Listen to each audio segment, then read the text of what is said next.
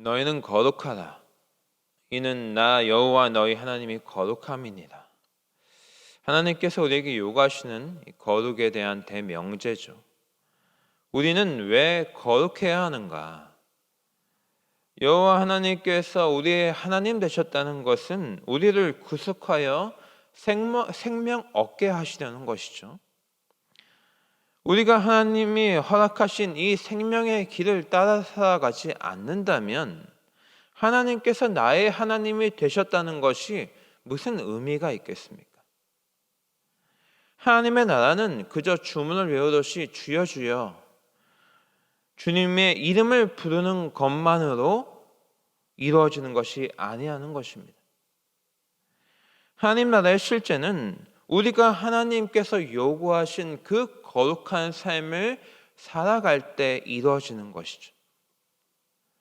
그것이 생명의 길이요, 기쁨이 충만한 길이요, 예수님께서 걸어가신 그 십자가의 길임을 우리가 인정하고 참여하는 것, 그것이 하나님의 구속사역이 이루어져가는 과정인 것입니다. 18장의 내용에서는 이스라엘이 가나안 땅에 들어가서 가장 쉽게 걸리게 되는 올무인 그 성윤리에 대한 내용을 다뤘다면 오늘 19장은 가나안 땅에 들어가 살아갈 때에 지켜야 할 그 생활윤리, 그 거룩한 삶이란 과연 무엇인가에 대해서 말씀하고 있습니다. 3절을 보면 너희 각 사람은 부모를 경외하고 나의 안식일을 지키라. 나는 너희 하나님 여호와이니라.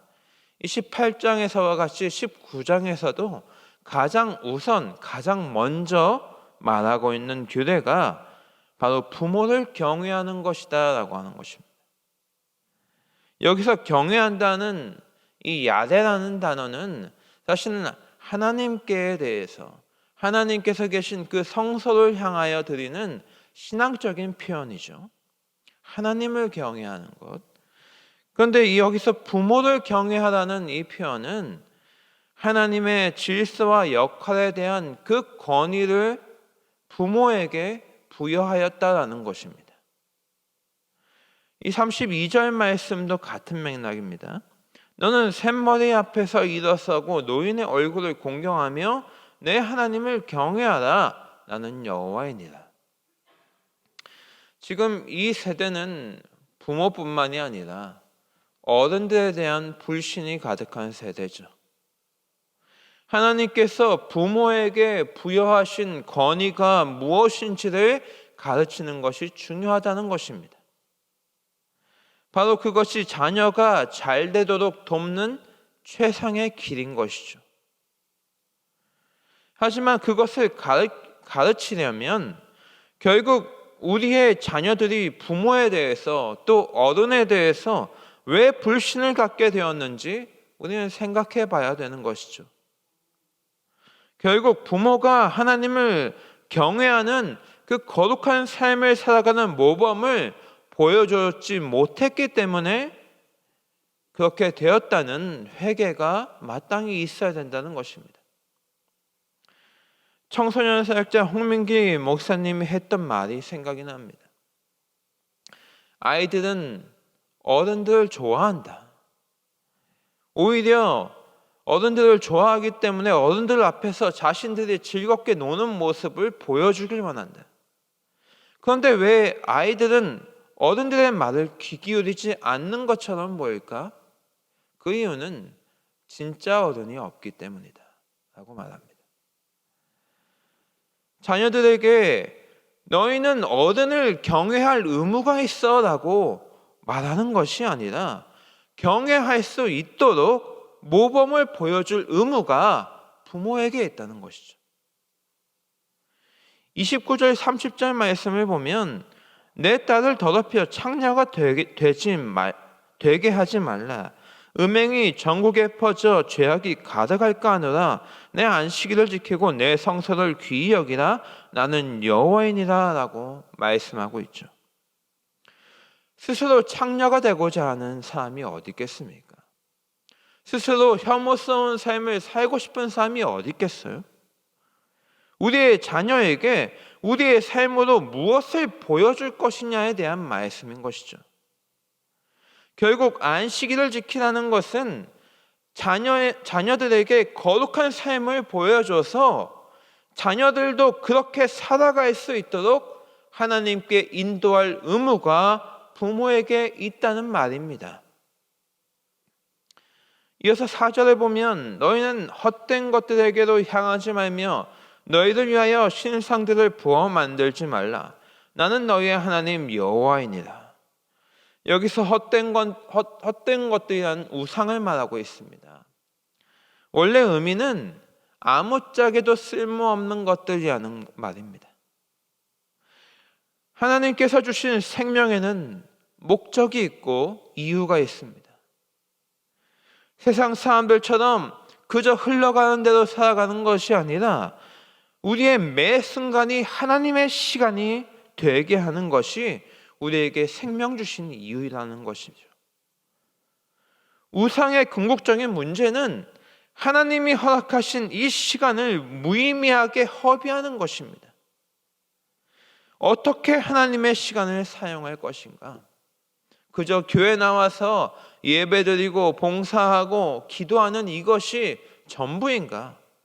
그렇지 않습니다. 우리의 일터에서 우리의 가정에서 살아가는 모든 시간이 하나님의 시간이 되게 해야 되는 것이죠. 모든 시간을 하나님께서 합당하게 여기시는 그러한 삶의 태도로 살아가야 된다는 것입니다. 우리가 그러면 취미 생활은 전혀 할 수 없는가? 그렇지 않습니다.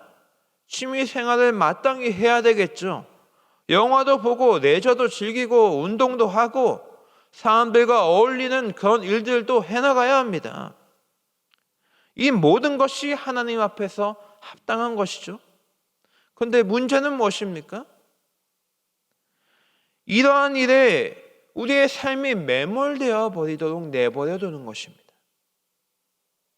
자신을 제어하지 못하는 삶입니다.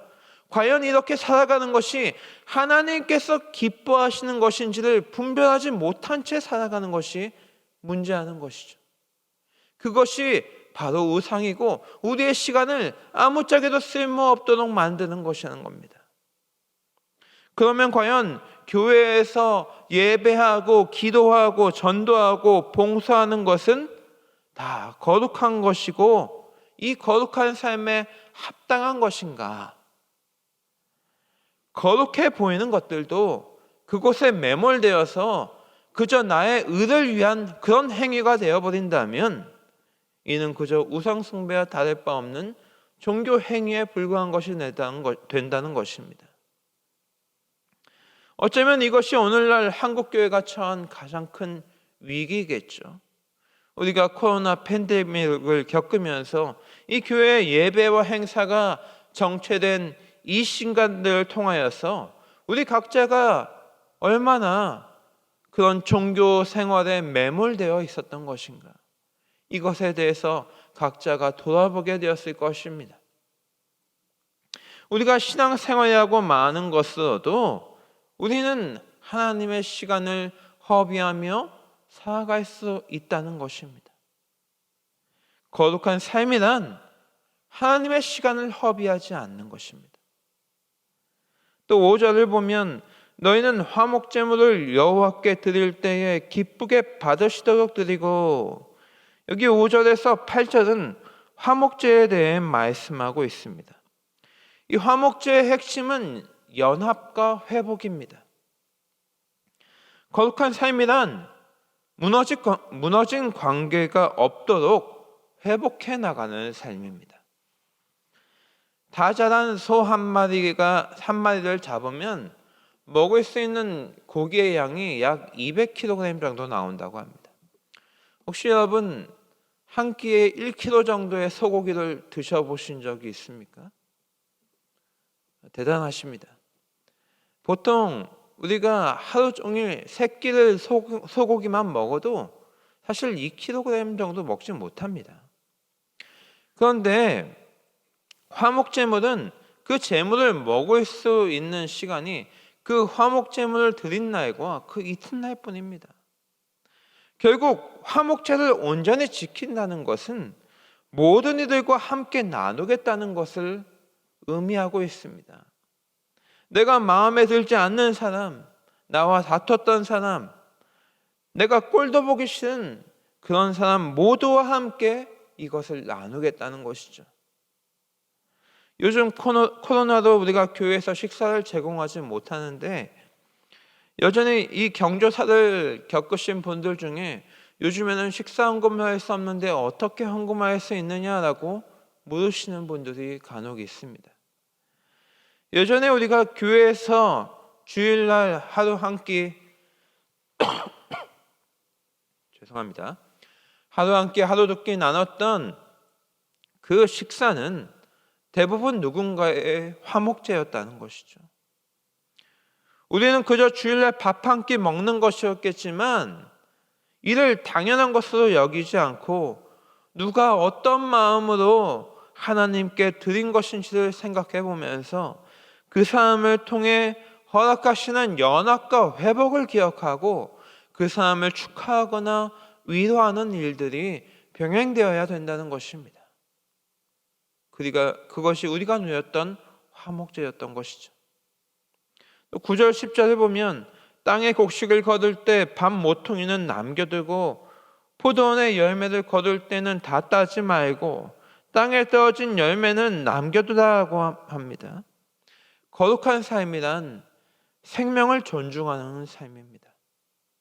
33절 34절에서도 말하는 것처럼 이들이 원래는 애굽 땅에서 나그네 되었던 자들이죠. 그러므로 그 나그네를 내 가족처럼 여기는 것, 애굽 땅에서 핍박받았던 그런 모습으로 살아가는 것이 아니라 자기 자신과 같이 사랑하는 것입니다. 주님께서 말씀하신 것처럼 이 마지막 때는 사람들의 사랑이 식어지는 때입니다. 그러므로 하나님의 말씀을 따라 그 사랑을 실천하는 교회, 이 시대는 그런 교회가 더욱 밝게 빛날 수밖에 없는 때라는 것이죠. 과연 오늘날의 전도가 이 거룩한 삶을 실천하는 것, 이 사랑을 실천하는 것이 바로 핵심이라는 것을 우리는 반드시 기억해야 될 것입니다. 11절 12절에 도둑질하지 말며 속이지 말며 서로 거짓말하지 말며 내 이름으로 거짓 맹세하여 하나님의 이름을 욕되게 하지 말라라고 합니다. 거룩한 삶이란 정직하게 행하는 것입니다. 도둑질하고 속이고 거짓말하고 거짓 맹세하고 이 모든 것은 남에게 들키지 않으려는 것이죠. 그렇게 남을 속일 수는 있겠지만 결국 자신은 속일 수가 없고 하나님께서는 이걸 보신다는 것입니다. 나는 생명의 길을 따라 살아가지 않으면서 나는 이미 구원받았으니까 괜찮아. 자신을 속이면 정말 구원을 얻을 수 있는 것인가? 하나님 앞에 정직이 회복되지 않고서는 내 안에는 생명이 이루어지지 않는다는 것입니다. 이어서 13절에서 16절에 보면 너는 내 이웃을 억압하지 말고 착취하지 말며 폭군의 삭슬 아침까지 밤새도록 내게 두지 말며 너는 기먹은 자를 저주하지 말며 맹인 앞에 장애물을 놓지 말고 내 하나님을 경외하라. 나는 여호와이니라. 너희는 재판할 때 불의를 행하지 말며 가난한 자의 편에 들지 말고 세력 있는 자라고 두둔하지 말고 공의로 사람을 재판할지며 너는 내 백성 중에 돌아다니며 사람을 비방하지 말고 내 이웃의 피를 흘려 이익을 도모하지 말라.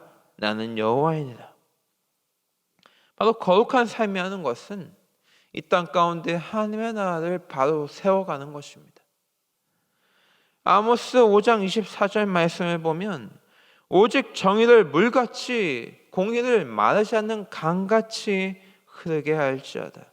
또 오늘 말씀 35절 36절에서도 너희는 재판할 때 길이나 무게나 양을 잴 때에 불의를 행하지 말고 공평한 저울과 공평한 추와 공평한 에바와 공평한 흰을 사용하라. 나는 너희를 인도하여 애굽 땅에서 나오게 한 너희 하나님 여호와이니라라고 말씀하십니다.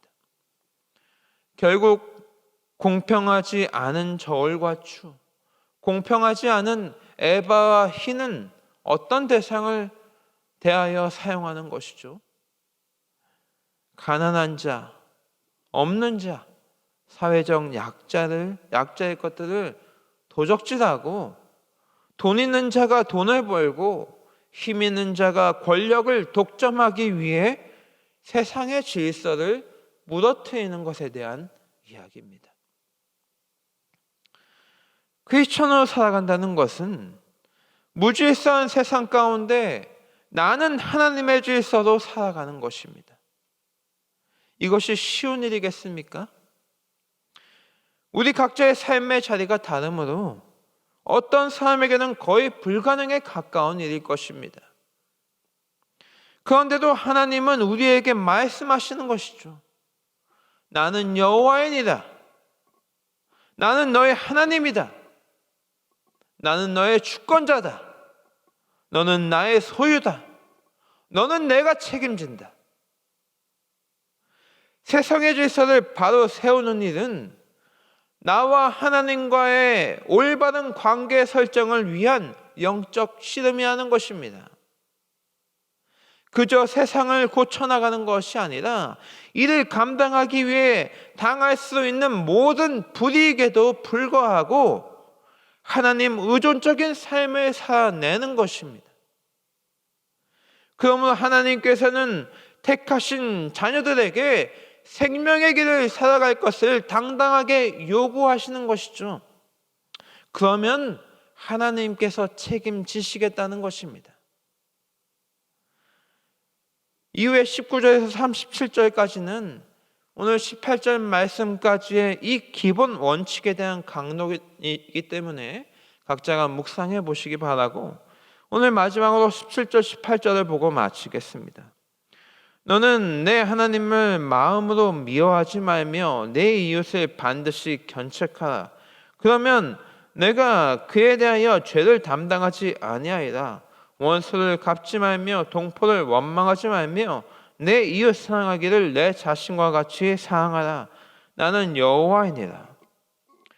17절 18절에서 말하는 거룩한 삶이란 결국 이웃 사랑입니다. 우리가 앞서 거룩한 삶 가운데 생활 윤리에 대해서 살펴봤죠.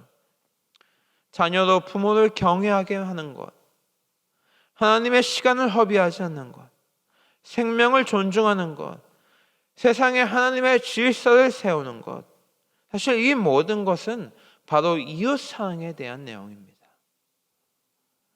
나 아닌 다른 사람을 세우기 위해 살아갈 때 그것이 내가 생명을 얻는 길이라는 것이죠.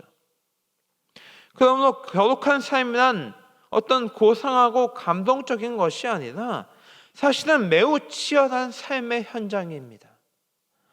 자녀가 잘못된 길을 갈 때는 견책하고 책망해야 되고, 요즘 자녀들에게 말 한마디 잘못했다가 욕만 바가지 쓰죠. 그럼에도 불구하고 견책해야 된다는 것입니다. 내 형제가 잘못된 종교 생활에 매몰될 때는 욕먹을 것을 각오하고 말해줘야 된다는 것입니다. 하나님께서 말씀하시는 거룩한 삶을 사는 것은 대부분 내 소유를 팔아 남주는 것이지 내게 이득이 될 것이 없는 삶입니다. 세상이 추구하는 풍요와 번영의 방향성과는 전혀 다른 하나님의 정직과 공의를 세우는 일은 사실 나에게는 전혀 유익이 되지 않는 일들이죠.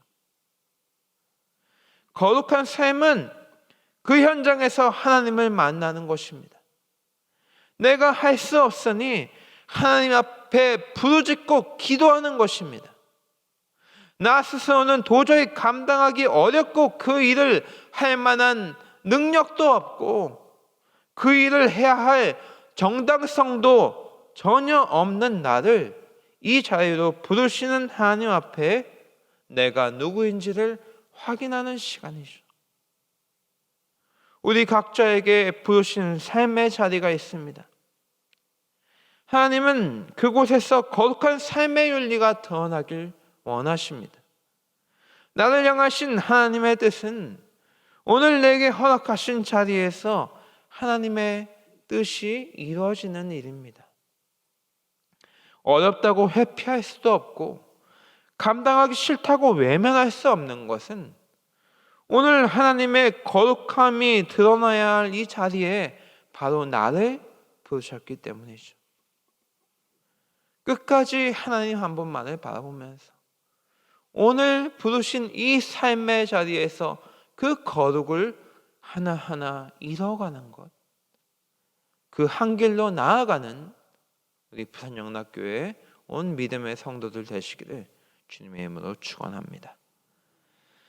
사랑과 은혜가 풍성하신 하나님 아버지, 오늘 이 새벽에 거룩하라, 내가 너희의 여호와 하나님이기 때문이다 라고 이 말씀하시는 말씀 앞에 우리가 다시 한번 무릎 꿇길 원합니다.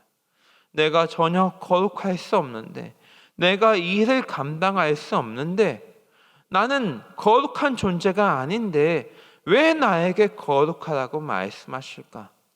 그것이 하나님의 생명을 잃어가는 매 순간이기 때문에 그런 줄을 믿고, 우리가 주님의 이 말씀 앞에 오늘 이 하루, 오늘 이 한순간을 반응할 수 있는 삶을 살길 원합니다.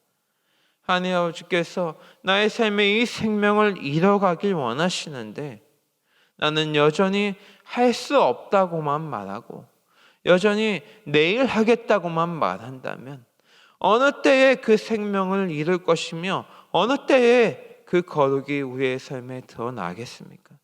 주님, 오늘 이 하루를 살며 부르짖을 수 있는 마음을 허락하여 주셔서 아버지, 오늘 이 새벽에 결단하여 하나님 그 거룩을 한 절이라도 잃어갈 수 있는 아버지 우리의 인생이 될 수 있도록 아버지 은혜 베풀어 주시옵소서. 하나님, 그것이 곧 나의 삶에 허락하신 축복이고 나에게 생명 주신 이유임을 기억하며 오늘을 기쁨으로 살아갈 수 있는, 오늘을 주님의 생명에 합당하게 살아갈 수 있는 아버지 그 믿음의 삶을 우리 모두에게 허락하여 주시옵소서. 오늘 이 새벽에도 기쁜 마음으로 주님 앞에 나오는, 주님께 예물 들고 나아가는 손길들 있사오니 주님께서 기억하여 주시고 주님 앞에 기도할 때 그 생명이 이루어지는 삶, 그 거룩이 드러나는 인생 되어질 수 있도록 아버지 축복하여 주시옵소서. 감사드리며 살아계신 예수 그리스도의 이름으로 기도드립니다. 아멘.